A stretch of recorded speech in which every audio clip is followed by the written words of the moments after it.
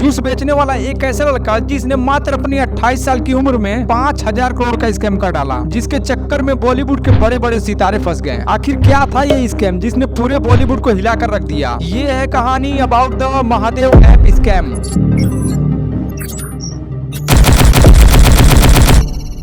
कहानी शुरू होती है छत्तीसगढ़ के दुर्ग जिले में स्थित भिलाई नामक जगह से, जहां पर एक कृषि परिवार में एक बच्चा जन्म लेता है जिसका नाम सौरभ चंद्रकर रखा जाता है। इसके पिता एक किसान थे जो कभी कभी मजदूरी भी किया करते थे ताकि उनके परिवार के खर्चे चल सके। सौरभ चंद्रकर जब 5 साल का हुआ तब उसकी पढ़ाई के लिए उसका एडमिशन वहीं के एक नर्सरी स्कूल में करा दिया गया और फिर धीरे धीरे समय बीतता गया, तब जाकर 12वीं की पढ़ाई के लिए उसका एडमिशन दुर्ग जिले में स्थित एक हायर सेकेंडरी स्कूल में करा दिया गया। सौरभ चंद्रकर जब भी स्कूल जाया करता था तो स्कूल के बहुत से बच्चे उसकी गरीबता का मजाक उड़ाया करते थे, जिससे वो पूरी तरह से डिस्ट्रैक्ट हो गया था और उसका पढ़ाई में बिल्कुल भी मन नहीं लग रहा था। और जैसे तैसे करके उसने अपनी 12वीं की पढ़ाई पूरी की। अब उसने अपनी आगे की पढ़ाई के बारे में ना सोचकर खूब ढेर सारा पैसा कमाने को सोचने लगा और इसी पैसे कमाने की लालच ने उसे सट्टेबाजी की तरफ आकर्षित किया और वो कम समय में ढेर सारा पैसा कमाने के लिए ताश खेलने लगा। जुआ खेलने की ये लत उसके सर पर इस कदर सवार हुई कि वह अपने आसपास के गाँव में जाकर अलग अलग लोगों के साथ जुआ खेलने लगा। और ऐसे ही एक दिन जुआ खेलते हुए वह अपने सारे पैसे हार गया और फिर उसने कर्जा लेना स्टार्ट कर दिया, लेकिन कर्जे लिए हुए पैसे भी हार गया और सौरभ चंद्रकर को इस कर्जे से निकालने के लिए उसके परिवार को आगे आना पड़ा और इस वजह से सौरभ चंद्रकर बहुत ही शर्मिंदा हुआ। अब उसने डिसाइड किया कि वो कभी भी आज के बाद जुआ नहीं खेलेगा और तब जाकर उसने सोचा क्यों ना कोई बिजनेस स्टार्ट किया जाए। और इसी बीच सौरभ की मुलाकात उसके बचपन के दोस्त रवि उत्पल से होती है जो एक टायर की शॉप चलाता था। सौरभ ने रवि उत्पल से कहा कि भाई यार पैसे की बहुत ज्यादा दिक्कत हो रही है, कोई ऐसा बिजनेस बता जिसमें अच्छी प्रॉफिट हो। रवि उत्पल ने कहा कि भाई यार तू एक काम कर, मेरे शॉप के बगल में ही जूस का दुकान खोल दे। और फिर उसी समय साल 2013 में ही सौरभ चंद्रकर ने रवि उत्पल के शॉप के बगल में ही अपना जूस का दुकान खोल दिया और देखते ही देखते उसका ये शॉप काफी तेजी से चलने लगा। उस समय सौरभ चंद्रकर का दोस्त रवि उत्पल कभी कभार ड्रीम 11 पर पैसे लगाया करता था। एक बार रवि उत्पल ने ड्रीम 11 पर 100 रुपए लगाकर 10,000 जीत लिए और ये बात उसने सौरभ चंद्रकर को बता दिया। इसे सुनते ही सौरभ चंद्रकर के मन में लालच उठने लगा और फिर ये दोनों मिलकर ऑनलाइन बेटिंग ऐप पर पैसा लगाने लगे और वहाँ से इनको थोड़ी बहुत प्रॉफिट होने लगी और फिर ये ज्यादा से ज्यादा पैसे ऑनलाइन सट्टे लगाने लगे। लेकिन सट्टेबाजी करते हुए इनके बहुत सारे पैसे डूब गए,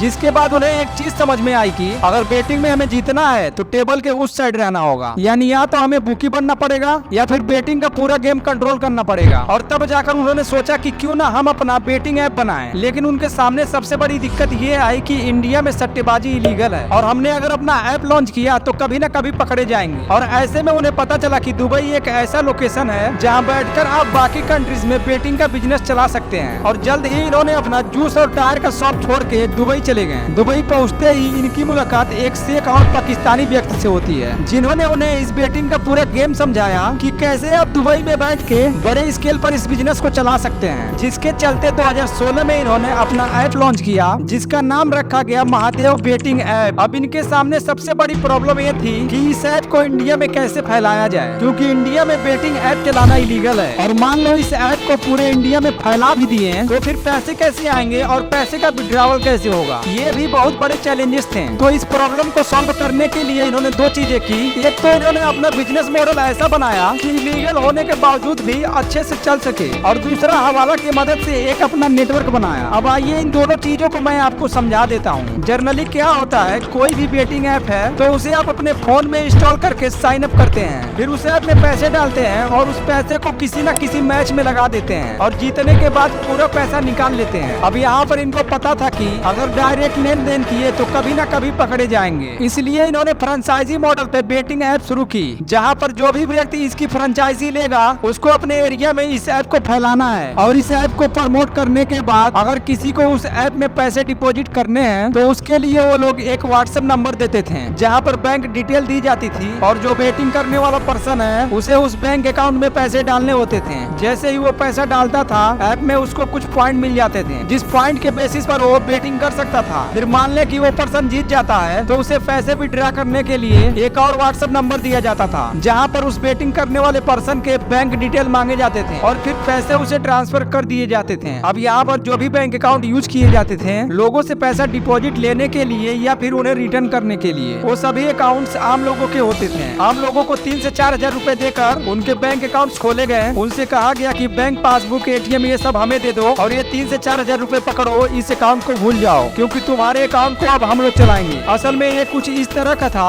जैसे किसी और के नाम पर सिम कोई और बंदा यूज कर रहा हो। तो ऐसे करके उन्होंने 300 से 400 बैंक अकाउंट्स खोल लिए और फिर पूरा ये ट्रांजैक्शन कुछ इस तरह चलाने लगे। साथ ही इन्होंने उन कंपनीज को कांटेक्ट किया जो बंद पड़ गई हो और फिर उन्हें भी पैसा देकर उनके करेंट अकाउंट को यूज करना शुरू किया। यानी शुरुआत से ही इनकी प्लानिंग थी कि कभी ना कभी हम पकड़े जाएंगे, लेकिन हम इस तरह का लेयर यूज करेंगे तो हमें पकड़ना बहुत ही मुश्किल हो जाएगा। हालांकि चंद्रकर और उत्पल दोनों ही ज्यादा पढ़े लिखे नहीं थे, लेकिन इन्होंने अपने ऐप का एल्गोरिथम कुछ इस तरह से सेट किया था कि कोई कितनी भी सट्टेबाजी करे, प्रॉफिट होगा तो महादेव बेटिंग ऐप को ही होगा। तो अब आप ये सोचेंगे कि जो इंडिया में इनके ऐप पर बेटिंग चल रही थी वो पैसा दुबई कैसे जाता था। असल में ये लोग क्या करते थे, जिस भी अकाउंट में पैसे लेते थे उसको दूसरे अकाउंट में ट्रांसफर करते हैं, फिर ऐसे ही दूसरे से तीसरे में और फिर हवाला नेटवर्क से उसे दुबई में कैश फॉर्म में पहुंचा देते थे। अब इस तरह से इन्होंने पैसा इकट्ठा किया। दरअसल ये फ्रेंचाइजी मॉडल पर चल रहा था, तो कई बार पुलिस ने इनको पकड़ा भी, लेकिन ये सारा खेल दुबई से ऑपरेट होने की वजह से ज्यादा कुछ पता नहीं चला। अब यहाँ पर चंद्रकर और उत्पल को समझ में आने लगा कि अगर हमें इस इलीगल बिजनेस को इंडिया में बहुत तेजी से ग्रो करना है तो हमें नेताओं और अधिकारियों को पैसे खिलाने होंगे। और तब जाके इन्होंने भारत के कुछ पर्टिकुलर स्टेट को टारगेट करके वहाँ के छोटे छोटे पॉलिटिशियंस और ऑफिसर्स को रिश्वत देना शुरू किया। अभी हाल ही में छत्तीसगढ़ का एक मामला सामने आया जहाँ पर एक पुलिस ऑफिसर को इस केस में पकड़ा गया है और उसी को एक काम दिया गया था कि ये जो पैसे है वो पॉलिटिशियंस में बांट दो। तो इस तरह से ये लोग पिछले 6 सालों से बड़े ही अच्छे तरीकों से अपना ये ऑपरेशन चला रहे थे। इस तरह से इन्होंने शुरुआत में ही करोड़ों रुपए कमा लिए। जैसे जैसे पैसे कमाते गए उनकी लालच बढ़ती गई, जिस वजह से उन्होंने हैदराबाद के एक बेटिंग कंपनी की रेडी अन्ना ऐप को 1000 करोड़ में खरीद लिया। और फिर उसी समय देश में कोरोना आने की वजह से लॉकडाउन लग गया, जिसके कारण इनका ये इलीगल बिजनेस काफी तेजी से ग्रो होने लगा। और जब तक लॉकडाउन खत्म हुआ तब तक इनका ये बिजनेस आसमान की ऊंचाइयां छू चुका था। और अब इस महादेव ऐप को और ज्यादा पॉपुलर करने के लिए इन्होंने बॉलीवुड सेलिब्रिटीज रणबीर कपूर, श्रद्धा कपूर जैसे 15 सेलिब्रिटीज को पैसा देकर अपने ऐप का प्रचार करवाया, जिससे ये ऐप इंडिया के साथ साथ अन्य देशों जैसे नेपाल, पाकिस्तान में भी फैल गया। और चंद्रकर था पैसा कमाने लगा था, लेकिन हमने देखा है कि जब भी कोई स्कैमर खूब ढेर सारा पैसा कमाने लगता है तो कोई न कोई गलती ऐसा जरूर कर देता है जिससे उसका स्कैम सबके सामने आ जाता है। जैसे हमारे पिछली वीडियो में अब्दुल करीम तेलगी के केस में भी हमने देखा था, जब तेलगी ने बाल डांसर पर 1 करोड़ रुपए उड़ा दिए थे, उसके बाद वो हाईलाइट हो गया था कि उसके पास इतने सारे पैसे आए कहां से। यही सेम चीज सौरभ चंद्रकर के साथ हुई जब उसने दुबई में अपनी शादी रखी। ये कोई नॉर्मल शादी नहीं थी, इस शादी में 200 करोड़ रुपए का खर्चा किया गया। नागपुर से दुबई आने के लिए सौरभ चंद्रकर के रिश्तेदारों के लिए प्राइवेट जेट बुक किया गया। बात सिर्फ यही नहीं रुकी, बल्कि कई सारे बॉलीवुड सेलिब्रिटीज को वहाँ बुलाया गया, जिसमें टाइगर श्रॉफ, नेहा कक्कर, सनी लियोनी जैसे कुल 15 से अधिक सेलिब्रिटीज उपस्थित हुए। अब देखिए मामला ये नहीं है कि ये सारे सेलिब्रिटीज एक घोटालेबाज के शादी में गए तो इनकी इंक्वायरी हो रही है, बल्कि इंक्वायरी की असली वजह ये है कि ईडी के अनुसार इन लोगों ने जो अपनी फीस ली वो कैश में ली, और ये जो कैश में लिए हुए पैसे हैं ईडी को लगता है कि मनी लॉन्ड्रिंग करके आए हैं, और इसलिए ईडी इनसे पूछताछ करना चाहती है कि आपके पास ये पैसे कैसे आया, एग्जैक्टली इनका फ्लो कैसा था, ताकि हम इसके जरिए उस घोटालेबाज तक पहुंच सकें। इनका जो स्कैम करने का तरीका था वो बहुत ही अलग था और बहुत ही स्ट्रक्चरल तरीका था। जैसे कि भोपाल के जो आहूजा ब्रदर्स थे वो रैपिड ट्रेवल नाम की कंपनी चलाते हैं, उनको ये कॉन्ट्रैक्ट दिया था कि जो भी सेलिब्रिटीज महादेव ऐप की प्रमोशन करेंगे उनके ट्रेवल की जिम्मेदारी आपकी। अब आहूजा ब्रदर्स के पास पैसे कैसे आते थे, वही हवाला नेटवर्क से पूरे कैश में आते थे, और बाकी लोगों का जो पेमेंट होता था वो भी कैश में होता था। और इसी तरह उन्होंने अलग अलग लोगों को अलग अलग काम के लिए कॉन्ट्रैक्ट दिए थे, जिससे रियल स्कैमर तक पुलिस पहुंच ना पाए। आपको बता दें कि इस केस का कनेक्शन शेयर मार्केट से भी है। दरअसल सौरभ चंद्रकर 2 लोगों को पैसे इन्वेस्ट करने का कॉन्ट्रैक्ट दिया था, जिसमें से एक का नाम था गोविंद दवानी और दूसरे का नाम विकास छापरिया था। इन दोनों का काम था कि डीमेट अकाउंट खोलना और उसके जरिए स्टॉक मार्केट में पैसे इन्वेस्ट करना। अब जब विकास छापरिया के घर पर ईडी ने छापा मारा तो वहाँ पर 236 करोड़ की संपत्ति मिली, जिसे ईडी ने फ्रीज कर दिया,